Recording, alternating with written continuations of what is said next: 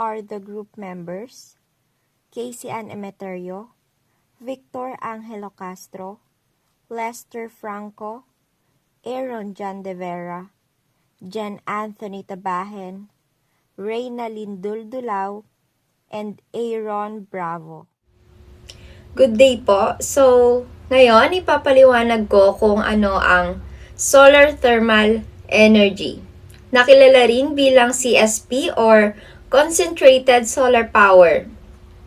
At kung bakit ito tinatawag na CSP, kasama na rin ang short explanation about its operating principle. So, ang solar thermal energy ay isang uri ng renewable energy na gumagamit ng init mula sa araw para makagawa ng electricity. Hindi ito katulad ng solar panels na diretsong ginagawang electricity ang sunlight. Sa halip, kinokolekta muna ang init ng araw. Ang init na ito ang ginagamit para makabuo ng tubig or fluid at makagawa ng steam o singaw. Ang steam ang nagpapaikot sa turbine at ang turbine naman ang nagpapatakbo ng generator para makalikha ng kuryente. Kaya ang flow niya ay sunlight, nagiging heat, ang heat, nagiging steam, ang steam ang nagpapaikot ng turbine at ang turbine ang gumagawa ng kuryente. Ngayon, bakit ito tinatawag na Concentrated Solar Power or CSP? Ang salitang concentrated ay nangangahulugang pinag-focus or focused ang isang bagay sa isang point. Sa CSP systems, gumagamit ng malalaking salamin o mirrors na nakatutok sa iisang receivers. Ang mga salamin na ito ang nagre-reflect ng sikat ng araw at pinagsasama-sama ito sa isang maliit na area. Dahil concentrated ang sunlight, tumataas ng sobra ang temperature. Ang sobrang init na ito ang nagiging susi para makapag-produce ng steam at electricity. Ang ibig sabihin ng CSP ay Concentrated Solar Power. Concentrated dahil focused ang sinag ng araw, solar dahil galing ito sa araw, at power dahil gumagawa ito ng kuryente. Kaya ang CSP ay literal na power na galing sa concentrated solar energy. Now that we had a little bit of information about its working principle and why it's called CSP, let's now have some background kung saan nagmula ang concept nito. So, nagsimula yung concept ng solar thermal energy noong late 1800s. Isa sa mga unang nakadevelop ng solar-powered engine ay si Frank Schumann. So, isa siyang American inventor. Noong 1913, nakapagpatayo siya ng solar thermal plant sa Egypt na gumagamit ng mirrors para makapag-produce ng steam para sa irrigation. Ngunit natigil ang development nito dahil naging mas mura ang fossil fuels noong panahon na yon. So, pagdating ng 1970s, nagkaroon ng energy crisis. Muling nabuhay ang interes sa renewable energy. At doon, mas na-develop ang modern CSP technology na ginagamit natin ngayon sa mas malalaking power plants sa iba't ibang bansa. So, let's have a bit of discussion about some advantage ng CSP. So, kaya nitong mag-store ng init gamit ang molten salt or isa sa mga tinatawag nating HTP na mamaya may i-discuss din natin. So, ibig sabihin, kahit gabi o maulap, may naka-imbak na init na pwedeng gamitin para magpatuloy o ang pag-generate ng kuryente. So, dahil dito, mas stable ang power supply nito kumpara sa ordinary solar panels na diretsong nakadepende sa sikat ng araw. So, overall, ang solar thermal energy o concentrated solar power, CSP, ay isang technology na gumagamit ng focus ng init ng araw para makagawa ng kuryente sa pamamagitan ng steam turbine system. So, tinatawag itong CSP dahil ito ay power na nagmumula sa concentrated solar energy at gumagana ito base sa principle ng heat to electricity conversion. First, let's start by discussing the four main types of solar thermal energy systems. First is the parabolic dish system. This system uses a dish-shaped mirror that focuses sunlight into a single point called the receiver. The concentrated heat is used to power a heat engine, usually a Stirling engine, to generate electricity. It is very efficient but usually used in smaller scale applications. Second, the linear Fresnel reflector. This system uses many flat or slightly curved mirrors arranged in rows. These mirrors reflect sunlight into a fixed receiver positioned above them. It is cheaper to build than a curved mirror system kasi, but slightly less efficient. Ang pangatlo naman, the third one, is the solar tower or power tower. This system uses thousands of mirrors called heliostats to reflect sunlight toward a receiver located at the top of a tall tower.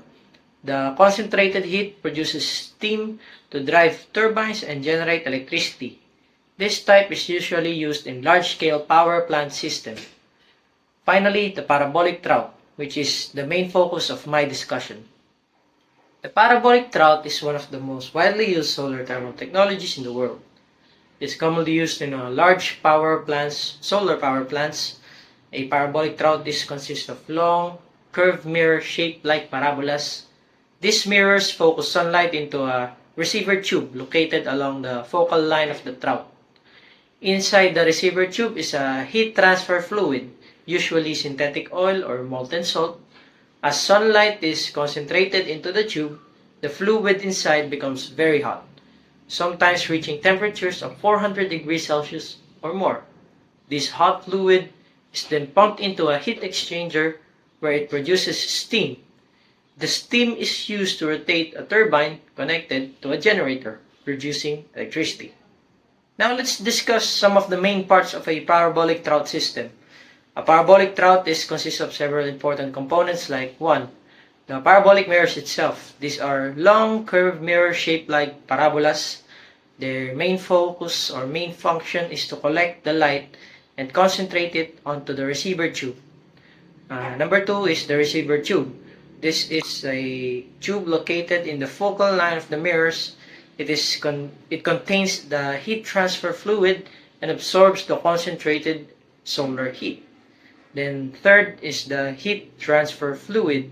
This fluid carries the heat from the receiver tube to the power block. Common fluids include synthetic oil and molten salt, like I said earlier. Then the fourth one, the heat exchanger. The heat exchanger transfers heat from the fluid to water, producing steam. And the fifth one, there is steam turbine and generator. The steam spins a turbine and is connected to a generator producing electricity. Then sixth, there is actually another part that is usually neglected, which is the tracking system. The parabolic troughs use a single-axis tracking system. This allows the mirrors to follow the movement of the sun from east to west, maximizing energy collection. Now let's talk about the step-by-step process on how a parabolic trough system works. Number 1, the sunlight hits the curved parabolic mirrors. Then number 2, the mirror reflects and concentrates the sunlight into the receiver tubes. And the third one, the heat transfer fluid inside of the tubes absorb the heat. The fourth step is that the heated fluid flows to the heat exchanger. The fifth one, water is converted into steam. Then the steam drives the turbine, and the seventh step is that the turbine spins a generator, producing electricity. This process is very similar to traditional power plants, but instead of burning coal or gas, it uses the solar heat. Here are some other real-world examples of parabolic trough system. There are several large solar power plants around the world that use parabolic trough technology. Example 1 is the SEGS, or the Solar Energy Generating System in the USA. Located in California, this is one of the largest and oldest solar thermal power plants. It is the parabolic trough technology and has been operating since around 1980s. Then for example 2, we have the Andasol Power Plant Station. It is located in Spain. This is one of the Europe's first large solar thermal power plants. It uses molten salt storage, allowing it to produce electricity even after sunset. And the third example, we have the Noor Energy Complex in Morocco. Part of the Noor Solar Complex uses parabolic trough system. It helps supply renewable energy to thousands of homes. Now let us also discuss the advantages and disadvantages of a parabolic trough system. For advantages, number 1 is it is already a proven technology and is widely used around the world. Number 2, it is high efficiency in a large-scale power generation. Number 3, it can include thermal storage, allowing electricity production even at night. Number 4, it uses renewable and clean energy for the sun. And then the disadvantages, some of them, number 1 is that it requires large land areas. Number 2, it is high initial construction costs. Number 3, it needs strong sunlight, so it works best in deserts or in sunny regions.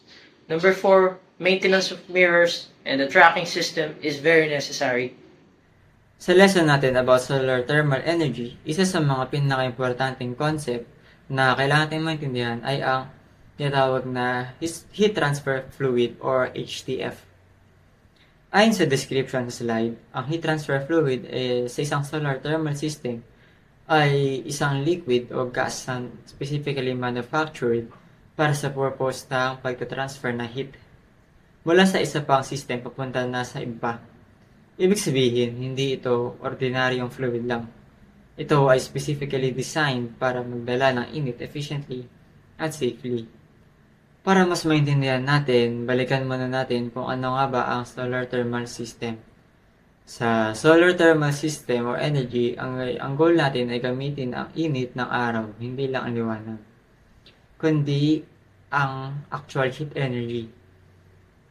And kinokolekta ng system ang init mula sa araw gamit ang solar collectors. Pero ang challenge dito ay paano natin ililipat ang init na iyon papunta sa ibang parte ng system kung saan ito gagamitin.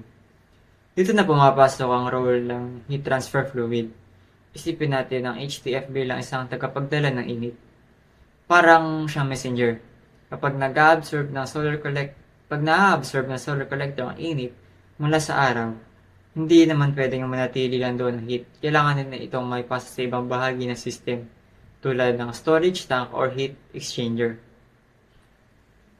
Ang HTF ang dumadaloy sa loob ng mga tubo, sumisipsip ng init at saka ito dinadala sa susunod na bahagi ng proseso.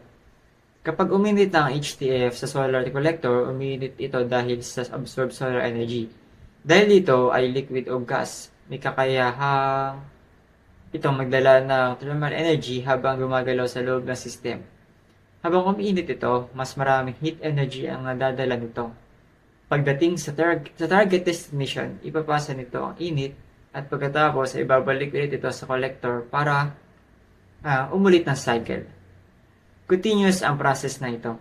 Mahalagang maintindihan ang HTF ay hindi basta tubig lang o hangin lang. Ayon sa description, ito ay specifically manufactured. Ibig sabihin, dinedesign talaga ito para maging efficient sa pag-transfer ng heat. So, bakit nga ba kailangan specifically manufactured? Kasi sa solar thermal systems, minsan sobrang taas ng temperature na involved.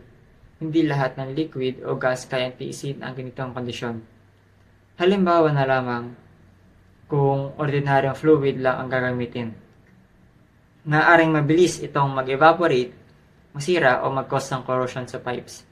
Kapag nangyari yon, bababa ang efficiency ng system at posibleng masira pa ang equipment.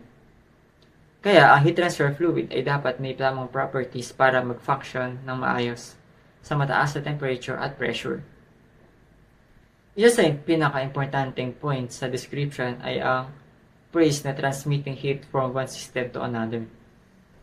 Ibig sabihin, ang HTF ay tulay o bridge sa pagitan ng dalawang bahagi ng system. Hindi siya ang source ng init, ang araw ang source. Hindi rin siya ang final output, maaaring stream or heated water ang output. Siya ay nasa gitna connecting the solar collector and the end-use system. Kung isipin natin, parang blood circulation system ito sa katawan ng tao. Ang puso ay parang collector na nagpo-provide ng energy at ang dugo ay nagpapadala ng nutrients sa iba't ibang parte ng katawan. Ganyan din ang HTF. Dinadala niya ang thermal energy sa kung saan ito kailangan. So, in engineering perspective, napakalaga ng role na ito. Kapag efficient ang heat transfer, mas mataas ang overall efficiency ng solar thermal plant. Mas maraming useful energy na napoproduce at mas konti ang energy loss. Pero kung hindi naman efficient ang HTF, maraming init ang masasayang bago pa ito makarating sa next stage ng system. Dahil dito, ang pagpili ng tamang HTF or heat transfer fluid ay isa sa pinaka-critical na design decision sa solar thermal systems.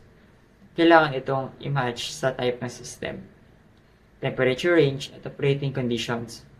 Ang main objective ay siguraduhin na ang heat ay may papasa ng mabilis, ligtas, at tuloy-tuloy. Sa madaling salita, heat transfer fluid ay nagbibigay daan para maging practical at functional ang solar energy thermal systems. Kung walang HTF, makakakolekta nga ang init mula sa araw, pero hindi ito maipapasa sa ibang bahagi ng system para magamit. Para ka lang nag-ipon ng energy, pero hindi mo naman maibigay kung saan ito kailangan. Kaya sa description pa lang, makikita natin kung gaano ka-importante ang heat transfer fluid. Ito ay isang liquid gas, specifically engineered na may specific purpose. Ang magdala ng heat mula sa isang system papunta sa isa pa. Simple ang definition, pero napakalaki ng role nito sa buong operation ng solar thermal technology. So, sa kabuuan, ang heat transfer fluid ay nagsisilbing core transporter ng thermal energy sa loob ng solar system. Siya ang nag-movement ng energy source at sa application nito, dahil dito, masasabi natin na kahit hindi siya masyado papansin kumpara sa collectors or turbine, napakahalaga niya sa overall performance at efficiency ng renewable energy system. At yan lang ang general description ng heat transfer fluid sa solar thermal energy. Ito ay simple, ngunit napaka-importanteng component na nagbibigay buhay sa proseso ng sa solar thermal system. Sa slide na ito, makikita natin ang heat transfer fluids used in CSP technologies. O ibig sabihin ng CSP ay concentrated solar power. Sa system na ito, kinoconcentrate ang sunlight para makagawa ng mataas na temperature, kaya kailangan ng tamang fluid para magdala ng init. Ayon sa slide, ang mga heat transfer fluids na ginagamit sa CSP ay first is air, water, molten salts, glycol-based, glycerol-based, at synthetic oils. So, isa-isahin natin. Una is ang air. Ang air ay simple at madaling gamitin dahil available ito kahit saan. Ginagamit ito bilang gas na nagdadala ng init. So, advantage nito ay hindi ito nagkakaroon ng leakage problem tulad ng liquids. Pero disadvantage naman ay mababa heat capacity nito kumpara sa ibang liquids. So, ang water ay isa sa pinaka-common na heat transfer fluid. Maganda ang heat capacity nito. Ibig sabihin, kaya itong magdala ng maraming init. Pero may limitation nito. Kapag umabot sa boiling point, magiging steam na ito or ma-evaporate. So, next is ang molten salts. Ito naman yung mixture ng mga salts na pinapainit hanggang maging liquid form. Ginagamit rin ito sa CSP system. Advantage nito is kaya nito mag-store ng heat sa mabahabang oras. Ibig sabihin, kahit walang araw, pwede pa rin naman itong gamitin. Kaya ito ang pinaka-common sa malalaking solar power plants. Pang-apat naman is yung glycol-based fluids. Ang glycol-based fluids ay kadalasan ginagamit kung saan kailangan ng anti-freeze property. Ibig sabihin, hindi ito madaling mag-freeze sa malamig na lugar. Ginagamit ito sa system na exposed sa low temperature at meron itong magandang thermal properties. So, glycerol-based fluids, similar lang ito sa glycol-based. May mataas din itong boiling point at ginagamit sa specific applications kung saan kailangan ang mas stable na fluid sa certain temperature ranges. At ang panghuli, ang synthetic oils. Ito ay specifically manufactured na oils designed para sa high temperature operation. Mataas din ang boiling point nito. So, kaya ito rin ang isa sa mga common sa CSP. Sa madaling salita, iba-iba ang heat transfer fluids dahil iba-iba rin ang operating conditions ng CSP technologies. Kaya mapa-water, air, or molten salts ay pare-parehas lang yan at ginagamit lang ito, ang mga ito based sa lugar or sa mga specific conditions. Ang mga sumusunod na characteristics ay kinakonsidera sa pagpili kung anong type ng heat transfer fluid or HTF ang gagamitin sa isang solar thermal power plant. Una ay ang operating temperature. Pangalawa, life cycle, heat transfer capability. Pang-apat, heat storage aspects. Panglima, overall safety. At panghuli, yung cost.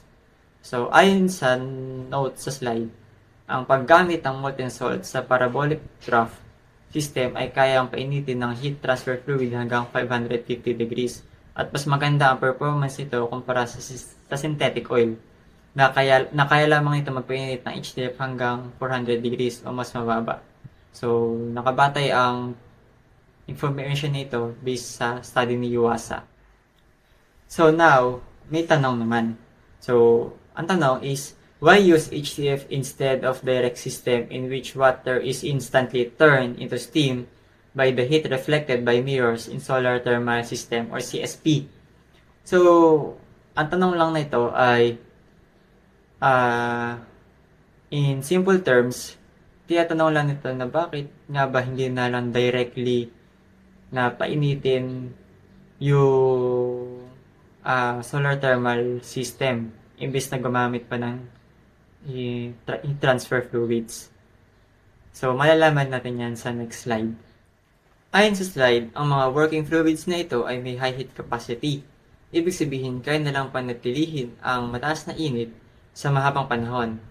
So, dahil dito, sa CSP o Concentrated Solar Power, malaking volume na HTF ang pinapainit sa mataas na temperature tuwing daytime kung saan kailangan pinakamalakas ang sikat ng araw. Pagkatapos ay ini-store ito sa isang mahigpit or tight na vessel. Ito ay magsisilbing reserve power na maaaring gamitin tuwing maulap ang panahon at kapag mahina ang sikat ng araw. O tuwing gabi kung kailan wala ng araw. So, kung makikita natin to sa basic diagram ng parabolic trough. So, yun nasa gawing left side, yun yung mga parabolic trough and yung mga fluids or yung heat transfer fluids na nasa loob ng tube. And kapag uminit ito, dumadaan ito sa heat exchanger set. So, kung makikita natin sa may upper part, dun dumadalo yung mainit na part ng heat transfer fluid. Tapos dadaan sa steam turbine na magka-convert sa generator. And then yung mga sa sobra naman o yung ay wala namang masasayang na tubig, kundi dadaan ito sa condenser para dumaan doon sa cooling tower and babalik ulit para sa heat exchanger papunta sa parabolic trough. So, ayun yun yung basic diagram. So, next na diagram naman ng parabolic trough ay same lang din naman sa una. Ang pinagkaiba lang is, kung makikita natin yung hot salt tank and yung cold salt tank. So, doon sa mga tangke na yon, doon na ini-store yung mga heat transfer fluid. So, sa cold salt tank, doon yung mga hindi pa napapainit na HTF. So, and pag naman yung uminit na yung HTF gaya ng sinagot natin kanina sa tanong, doon naman ini-store sa hot salt tank yung mga sobrang HTF na pinainit para i-reserve para kapag naging maulap or naging gabi na ay ilalabas yon para magamit pa rin sa solar thermal system. Ngayon, ating talakayin ang working principle o kung paano gumagana ang isang solar power tower. Ito ay isang makabago at malaking facility sa ilalim ng renewable energy na ginagamit upang gawing kuryente ang sikat ng araw. Ngayon, ating talakayin ang working principle o kung paano gumagana ang isang solar power tower. Magsimula tayo sa solar field. Mapapansin nyo ang napakaraming salamin na nakalatag sa lupa. Ang tawag dito ay mga heliostats. Hindi lang ito simpleng mga salamin. Ito ay computer-controlled at may dual-axis movement. Ibig sabihin, gumagalaw ito para sundan ang pwesto ng araw maghapon. Makikita niyo sa mga dilaw na linya na sabay-sabay nilang itinatalbog at pinopokus ang sikat ng araw pataas direkta sa isang central tower receiver na nasa tuktok ng mataas na tore.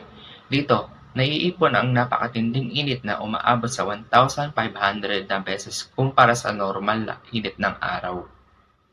Sa loob ng receiver na nasa tuktok ng tore, mayroong dumadayo na likido na tinatawag na heat transfer fluid. Sa diagram, madalas itong molten salts. Dahil sa sobrang tinding nakapokus na init mula sa heliostats, umiinit ang heat transfer fluid na ito na umaabot na humigit kumulang 600 degrees Celsius. Ang mga linya na kumukonekta sa tore at sa malalaking tangke, ito ang ating thermal energy storage. Ang asul na linya, ito ang malamig na asin mula sa cold salt tank na pinapapakit sa receiver para mabilad sa init ng araw. Kapag umabot na ito sa napakataas na temperatura na humigit kumulang 600 Celsius, bababa ito na dadaan po puntang pulang linya na para maimbak ang hot salt tank. Dahil naimbak na natin ang mainit na likido ito, pwede pa rin gumana ang planta kahit gabi na walang araw. Ngayon, paano nagiging kuryente ang nakaimbak na init? Dadako tayo sa bahagi ng power block. Mula sa hot salt tank, ang napakainit na fluid ay dadali papunta sa isang heat exchanger. Sa loob ng heat exchanger, inililipat ng mainit na fluid ang init nito sa tubig.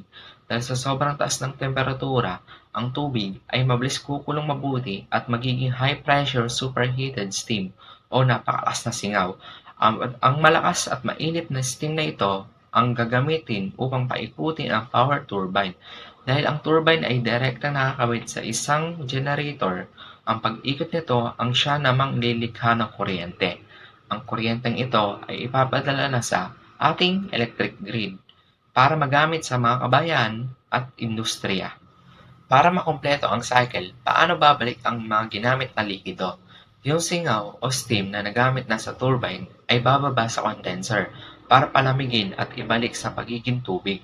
Pagkatapos, ipapump ulit ito, makikita bilang asul na linya sa kanan, pabalik sa heat exchanger. Samantalang yung mainit na asin na nagpasa ng mainit na tubig ay lalamig na. Lalabas ito sa heat exchanger bilang asul na linya na babalik sa kaliwa at dediretso sa cold salt tank. Dito, maghihintay upang ipump ulit paakyat sa tore kinabukasan. Sa kabuuan, ipinapakita ng diagram na ito kung paano umiikot ng tuloy-tuloy ang proseso. Isang malinis at matalinong paraan para makagawa ng kuryente mula sa araw. Sa kabuuan, ipinapakita ng diagram na ito kung paano umiikot ng tuloy-tuloy ang proseso. Isang malinis at matalinong paraan para makagawa ng kuryente mula sa araw. Sa kabuuan, ipinapakita ng diagram na ito kung paano umiikot ng tuloy-tuloy ang proseso. Now that we're done with the two types of solar thermal system, which is the parabolic trough and solar tower, let's proceed with the third one, which is the linear Fresnel reflectors or LFR. So it states here that this type is the combination of parabolic trough and solar tower. This uses flat mirrors instead of parabolic mirrors used in parabolic troughs. These flat mirrors move in one axis only, unlike the solar tower and parabolic dish, which moves in two.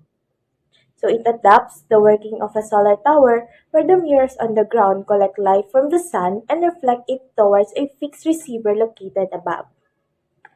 So previous designs generate steam directly without the use of HTF, which are now obsolete.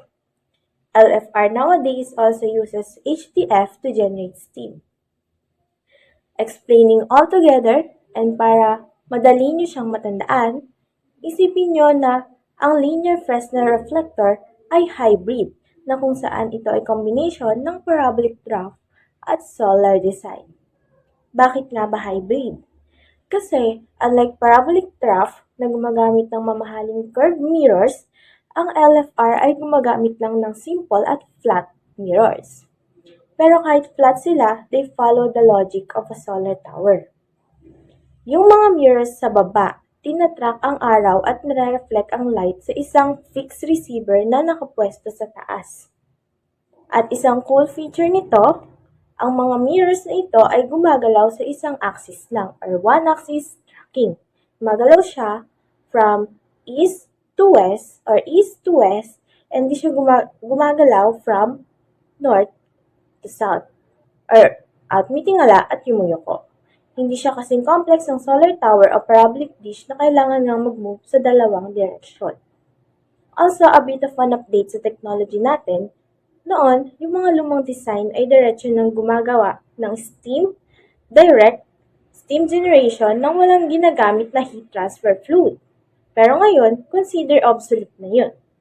Ang mga modern LFRs natin ngayon ay gumagamit na rin ng HTF para mas efficient ang pag-generate ng steam at pag-store ng energy. Para mas maintindihan natin kung paano nagiging kuryente ang sikat ng araw, tingnan natin itong system diagram. Divided ito sa tatlong main section, ang solar field, thermal energy storage, at ang power block. First is the solar field. Makikita natin ito from the left side. Dito nangyayari yung heat collection ng LFR. Yung mga flat mirrors ay tinatamaan ng sunlight at nire-reflect ito pataas sa absorber. Ito yung sinasabi ko kanina na fixed receiver, isa kong classic LFR at multiple naman kung compact. Dito, ang solar energy ay nagiging thermal energy dahil iinit ng husto ang fluid na dumadaloy sa loob ng tube. Next is the thermal energy storage and power block. Kagaya na rin ito ang previous types na parabolic trough at solar tower na mapupunta ang HTF sa hot or cold salt tank, then pupunta sa heat exchanger na may water and papainitin ng heat transfer fluids ang water, then yung water kapag nainitan, magiging steam. Then there's a steam turbine connected to a generator which is capable of generating electricity. Ngayon, level up tayo ng konti. Pag-usapan naman natin ng compact linear Fresnel reflectors or CLFR. It states here that the classic LFR has only one linear receiver on a single linear tower. To increase optimal and ground use efficiency, the improved design is now called the compact linear Fresnel reflectors or CLFRs. Compact linear Fresnel reflectors use multiple receivers for each set of mirrors so that adjacent mirrors have different inclinations in order to target different receivers. For us to understand it better, so sa classic na LFR design daw, meron lang tayong isang linear receiver sa bawat set ng salamin. Effective siya pero may mga space for improvement, lalo na sa optical and ground use efficiency. Dito papasok ang CLFR. Sa CLFR, hindi lang isa ang receiver natin. We use multiple receivers for each set of mirrors. Imagine nito, yung magkakatabing mirror sa lupa, pwedeng magkaiba ang inclination or angulo nila. So bakit? Para yung isang salamin nakatutok sa receiver A habang yung katabi niya nakatutok sa receiver B. Dahil dito, mas siksik ang pagkaka-arrange ng mga salamin at mas maximize natin ang sikat ng araw na natatamaan ang mga receivers. In short, mas compact siya at mas matalino nga naman ang paggamit natin sa space ng lupa. Kaya tinawag siyang Compact Linear Fresnel Reflectors or CLFR. Let's now proceed to its advantages and disadvantages. It states here that its only one advantage is flat mirrors are used which are cheaper or mura. And for its disadvantages, sabi dito, however, this design has a shading effect of adjacent mirrors which can be encountered only by utilizing more ground space which increases cost. And lastly, very high temperatures are not produced as compared to a parabolic trough or solar tower and therefore, the efficiency is less. Siyempre, hindi pwedeng puro ganda lang. Kailangan nating i-weigh or timbangin ang pros and cons ng technology na to. Let's start with the advantages. Ang pinakamalaking panalo raw dito sa LFR ay yung cost dahil flat mirrors ang gamit natin di hamak na mas mura silang i-produce at i-maintain kumpara sa mga curved mirrors. Straightforward ang assembly, kaya tipid sa budget. Now, for the disadvantages, we have here two. So, dahil flat at dikit-dikit ang mga salamin, may tinatawag tayong shading effect. Ibig sabihin, pwedeng matakpan ng isang salamin ng liwanag na dapat ay mapupunta sa katabi nito. Para maiwasan to, kailangan nating mas palawakin ang agwat nila. Kaya lang, pag ginawa natin yun, kakain tayo ng mas malaking ground space or lalawak yung kailangan na land use. Siyempre, dadagdag ito sa gastos and ayun nga sa land use. So lastly, when it comes to performance, ang LFR ay hindi nakakaproduce ng sobrang tataas na temperature kumpara sa parabolic trough o solar towers. And basic physics tell us that lower temperature means lesser efficiency pagdating sa energy conversion. So it's a trade-off. Mas mura siya at mas simple pero kailangan mo ng mas malawak na space at tanggapin na hindi siya kasing lakas sa ibang solar technology. As indicated in the screen, this is the general description of the parabolic dish. However, I will explain the important context or details that contained in that particular description. So, a parabolic dish in simple term is a collection of set of flat mirrors that are oriented in a curvy structure. So, consist siya ng mga flat mirrors, tapos in-arrange siya in such a way that it is oriented as a curvy or pakurba yung mismong surface na nagagawa niya, and then meron siyang pinaka receiver or yun nga yung receiver na nagre-receive ng heat coming from the sun na nare-reflect ng mga mirrors. Yun naman ay tinatawag natin na PCU, or yun yung pinaka doon nagko-concentrate yung heat na nakukuha natin coming from the sun. And then next one is yung PCU. Meron yung two components. We have the thermal receiver and then yung steering engine. So yung thermal receiver na yun, meron yun yung para sa cold side niya and then para sa hot side niya, and then we will explain it further in the next slide. But for now, the highlight of this part is the significant amount of heat that can produce by the parabolic dish. So yung parabolic dish kasi, kaya niyang mag-produce ng temperature greater or mas mataas sa 750 degrees Celsius. However, yung size ng mismong parabolic dish and then yung limitation niya, mas suitable siyang gamitin according to the slide na rin mismo. Suitable siya sa mga generator or mga power plant na nakakapag-produce ng few kilowatts amount of heat that can produce by the parabolic dish. So yung parabolic dish kasi, kaya niyang mag-produce ng temperature greater or mas mataas sa 750 degrees Celsius. However, yung size ng mismong parabolic dish and then yung limitation niya, mas suitable siyang gamitin according to the slide na rin mismo. Suitable siya sa mga generator or mga power plant na nakakapag-produce ng few kilowatts amount of heat that can produce by the parabolic dish. So yung parabolic dish kasi, kaya niyang mag-produce ng temperature greater or mas mataas sa 750 degrees Celsius.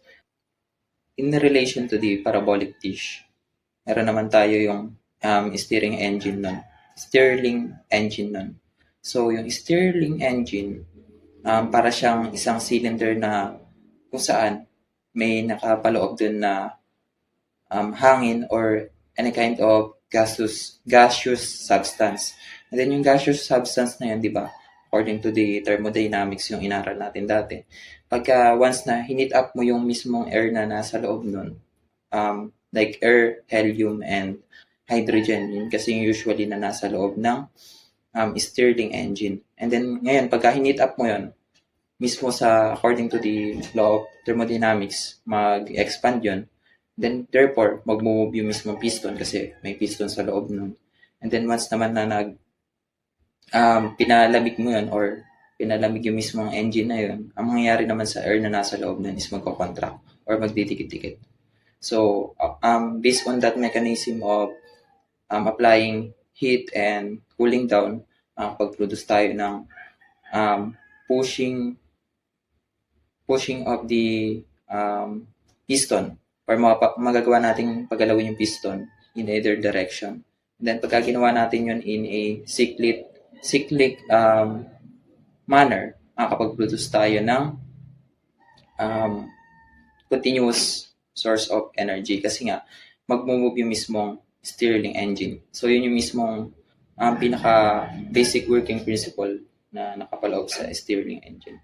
And then yun nga nagko-continue ng either hydrogen, helium, or pwede rin namang air. And another cool thing about the Stirling engine is that yun yung mismong as the primarily influenced by the heat exchanger or yung thermal system na discuss natin kanina. Or yung pinaka-thermal receiver. Now, nandito na ulit tayo sa ito yung tinatawag natin na parang pinaka-diagram ng or simple diagram of the Stirling engine. So, i-discuss lang natin dito kung ano yung mismong itsura or in principle, paano nga ba nag-a-apply yung mismong Stirling engine. So, meron siyang cylinder na nakapa-oriented horizontally. And then, meron siyang parang rubber siya or something na umiikot or pwede niyang i-allow yung rotation ng mismong wheel. And then, meron tayong part na kung saan pinapainitan yung mga gas molecule. So, yung mismong substance ng gas, pinapainitan so that it will expand. Diba? Pagka nainitan yung gas, mag-expand siya. And then, syempre, may piston. And then, tutulak yung piston. And then, mag-create yun ng energy. And then, after that, pwede natin i-cool down yung system so that yung mismong piston na yan, babalik siya sa original position niya. And then, magpo-continue yung cycle. So, ganun lang naman nag-work yung mismong Stirling engine.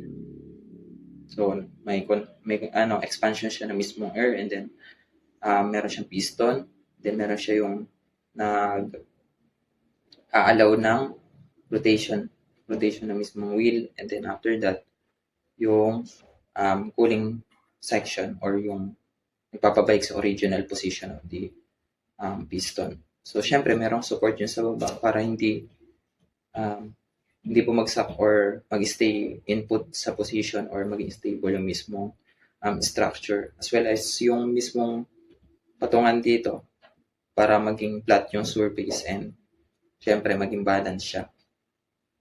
As well as para mapainitan natin, syempre di ba maglalagay tayo ng puwis sa baba. Yun. Ganun yung mismong structure ng Stirling engine. So, ito ay parang pinaka-diagram niya lang. So, pwede ka pa makahanap ng mga ibang diagrams related to the Stirling engine. Pero yung working principle niya or yung mismong in-illustrate ng diagram na to is compact and ito na yung pinaka-complete niya. So now, here's the diagram of or yung mismong close-up picture ng parabolic dish together with its labeled part. So, meron tayong tinatawag natin na PCU with its Stirling engine na diniscuss natin kanina, as well as the pylon column. So, yung pylon column na to, ito yung nasa baba na parang pinagpapatungan or nagsusupport sa mismong parabolic dish na yung nasa pabilog. And as well as, syempre, mga flat mirrors or pwede mong tawagin na mirrors na lang siya yung naka-oriented na naka-along sa curvature ng mismong parabolic dish. And as well as the azimuthal driver unit or drive unit. So ito naman yung parang tracking device ng mismong parabolic dish natin. So meron tayong tinatawag na azimuthal axis. Yung azimuthal axis, ito yung nag-aalaw sa mismong system natin to move from horizontal position or yung pagka nakaharap sa'yo na ganyan, pwede siya mag-move ng pag ganon or pag ganon. So, siya nagro-rotate ng either left or right side of the axis, as well as meron naman tayong tinatawag na elevation axis or yung mismong elevation tracking. Ito naman nag-move ng from either taas or baba yung movement niya. So, parehas sila nagko-consist of or nakakapag ranges of 180 degrees rotation. So, 180 degrees lang pwede mo ma-rotate from here to almost the other side. Pwede niyang cover up, as well as pagka inikot mo siya in horizontal manner, ganun din. So, ano pa ba? And then yung concentrator, syempre. Meron tayong concentrator. Ito yung yung pile or group of mirrors na nagko-concentrate sa mismong sunlight to go or redirect to the PCU with the Stirling engine. Yun lang. And yung other parts niyan, mga supports and as well as yung pinaka nag-hold up sa mismong parabolic dish natin para hindi mag-collapse yung mismong structure. Yun lang naman mga main components nila. Then meron tayong may switches sa baba. So yung switches na yan, is either for maintenance, pwede nilang i-off yung mismong system, mga ganong bagay. And here's the some of the actual feature of the parabolic dish. So yung first one is parang yung orientation niya is very curvy na or as a unified na siya. So, pwede maging ganun yung orientation niya or pwede yung pangalawa naman consisting of several flat mirrors. Then, parehas na sila ng working principle. Nakakoncentrate yung mismong mga nare-redirect na sunlight coming from the sun sa PCU. And then, merong Stirling engine dun na nag-act as makapag-convert ng energy na nakukuha. At gaya ng diniscuss natin kanina, ganun lang din yung mismong working principle niya. Ginagamit yung Stirling engine para makapag-produce ng energy. And then, meron tayong heat receiver or thermal receiver. Tapos, magdidire-diretso na yun. And then, syempre, katulad lang ng mismong example sa mga solar thermal system, meron siyang capacity to convert solar energy into electricity.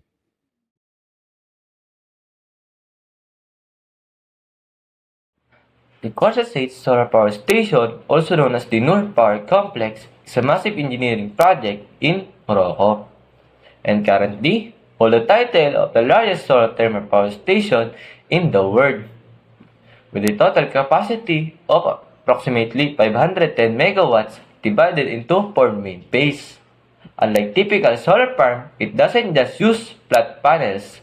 Phase 1 and Phase 2 have a 360 megawatts combined use parabolic trough technology, while Phase 3 and Phase 4 have a 150 megawatts combined features a giant solar tower surrounded by mirrors. Nakakabilib ang skin nito dahil it's covered 2,500 hectares. Imagine, mas malaki pa ito sa libo-libong soccer fields. Ang pinaka-espesyal sa features ng complex na ito, its energy storage system, hindi gaya ng ibang solar plants na tumitigil sa paglubog ng araw. The Noor plants use molten salt to store thermal energy. This allowed them to keep generating electricity for up to 7 hours to 8 hours even after sunset. Kaya kahit gabi na, tuloy-tuloy pa rin ang supply ng kuryente para sa mahigit 1 milyon kabahayan sa Morocco. It's a game changer kasi it's address intermittency problem ng solar energy, proving na hindi lang paumaga ang power ng araw. The Ivan Pass Solar Power Facility in California is a premier example of a concentrated solar power facility specifically using solar power tower technology. It has a massive gross capacity of a 392 megawatts, consisting of 3 giant towers surrounded by over 170,000 software-controlled mirrors called heliostats. Ang function ng mga mirrors na ito is to track the sun and reflect the solar energy toward the boilers at the top of the towers. It creates intense heat that turns water into high-pressure steam, which then spin a turbine to generate electricity for over 140,000 homes. One key thing to remember is that unlike the Quartzset plant in Morocco, the Ivan Pa facility has no thermal storage, meaning it uses a direct steam generation type of system. Dahil wala itong molten salt storage, it can only produce power while the sun is shining brightly. It's a landmark project for renewable energy in the US, but it relies heavily on consistent daylight to keep those turbines running efficiently throughout the day. The Mojave Solar Project in California is a concentrated solar power facility with a total capacity of 280 megawatts. Unlike the tower style of Ivan Pa, it uses parabolic trough technology. Basically, these are thousands of U-shaped mirrors na nakalinya sa disyerto that focus sunlight into a receiver pipe. Ang fluid sa loob ng pipe gets incredibly hot, producing the steam needed to power two massive turbines. Ang main things to remember is that this plant has no thermal storage, meaning it operates as a solar-only facility. It generates clean electricity for about 90,000 homes, but only habang may sikat ng araw make it a very efficient system during the peak daylight hour. Ang Solana Generating Station sa Arizona ay isang concentrated solar power plant na may capacity na 280 megawatts. Ang type nito ay parabolic trough kung saan libo-libong U-shaped mirrors ang ginagamit para i-heat ang special oil na nagpapaandar sa steam turbine. Ang pinaka-special feature nito ay meron itong 6 hours of thermal storage na gamit ang molten salt. Kaya kahit lumubog na ang araw, tuloy-tuloy pa rin ang pag-produce nito ng kuryente para sa 70,000 homes. Kumbaga, hindi lang siya nakadepende sa sikat ng araw dahil may battery siya na gawa sa init. Ang Genesis Solar Energy Project sa California ay isang 280 megawatt capacity plant na gumagamit ng parabolic trough technology. Bali libo-libong U-shaped mirrors ang nakapokus sa isang receiver pipe para uminit ang special oil na ipapaandar sa steam turbines. Ang main thing dito ay wala itong thermal storage kaya direct solar to steam lang siya habang sikat ng araw. Ang pinaka-special feature nito ay may dry cooling technology para makatipid sa tubig sa gitna ng disyerto habang nagbibigay ng kuryente sa 88,000 homes. The Solabens Solar Power Station in Spain is a massive concentrated solar power complex with a total capacity of 200 megawatts. It consists of 4 50 megawatt plant that uses parabolic trough technology. Basically, libo-libong curved mirrors that focus sunlight to heat up a special fluid. This heat is used then to generate steam and spin power turbines. What's impressive is that it has a thermal storage, meaning it can keep producing electricity for about 100,000 homes even after sunset. It's a very reliable system dahil hindi ito basta-basta tumitigil kahit mawala ang sikat ng araw. The Mohammed bin Rashid Al Maktoum Solar Park Phase 4 in Dubai is a massive 700 megawatts hybrid facility. It combines of two technologies, 600 megawatts of parabolic trough and 100 megawatts from the world's tallest solar power tower. Ang pinaka-record-breaking feature nito, it has 15 hours of thermal storage, the largest in the world. Using the molten salt, it can provide clean energy to 320,000 homes even at night. Basically, it has 24/7 solar plant na kayang mag-supply ng kuryente kahit wala ng sikat ng araw. Make it a true global landmark for renewable energy.